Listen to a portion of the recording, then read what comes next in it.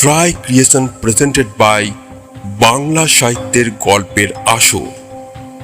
আজকে আপনাদের জন্য রইল একটি অভিনব রহস্য গল্প, রজনীগন্ধা রহস্য।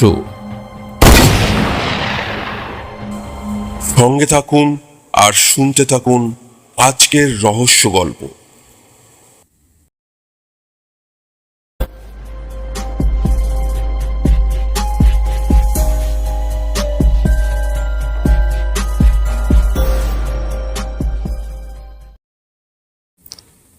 ভোরে ওঠা আমার বরাবরের অভ্যেস, কিন্তু ইদানিং রাত 3:30 কি 4টে বাজতে না বাজতেই আমার ঘুম ভেঙে যায়। সেই যে ঘুম ভাঙে, হাজার এপাশ ওপাশ করলেও আর ঘুম আসে না। আমি তখন শয্যা ত্যাগ করে কখনো ছাদে যাই, কখনো বা বাগানে পায়চারি করি। এই সময় আমার খুব চা খেতে ইচ্ছা করে।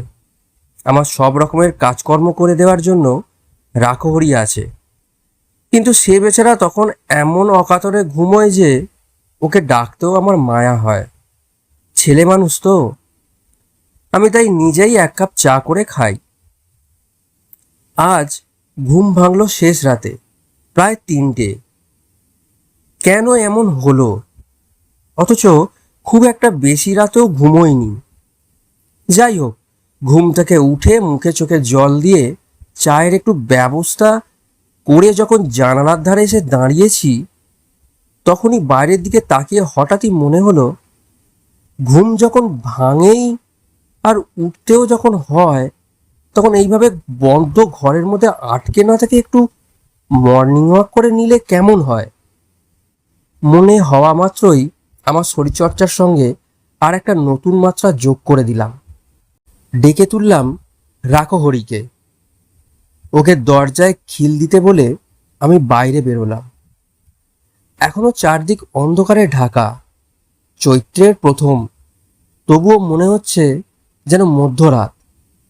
পাখিরা সবে জাগছে। 2-1জন সাইকেল আরোহী টিং টিং করে ঘন্টি বাজিয়ে কোথায় যেন গেল। যে যেখানেই যাক, আমি আমার পথ চলা শুরু করলাম। মৌরিগ্রাম এখন আর আগের মতো গ্রাম নেই। দ্বিতীয় হুগলি সেতু হয়ে যাওয়ার ফলে নিত্য নতুনভাবে তার চেহারা পাল্টাচ্ছে। আমি দ্রুত পা চালিয়ে রথতলার দিকে চললাম। হাঁটাটা একটু রপ্ত হয়ে গেলে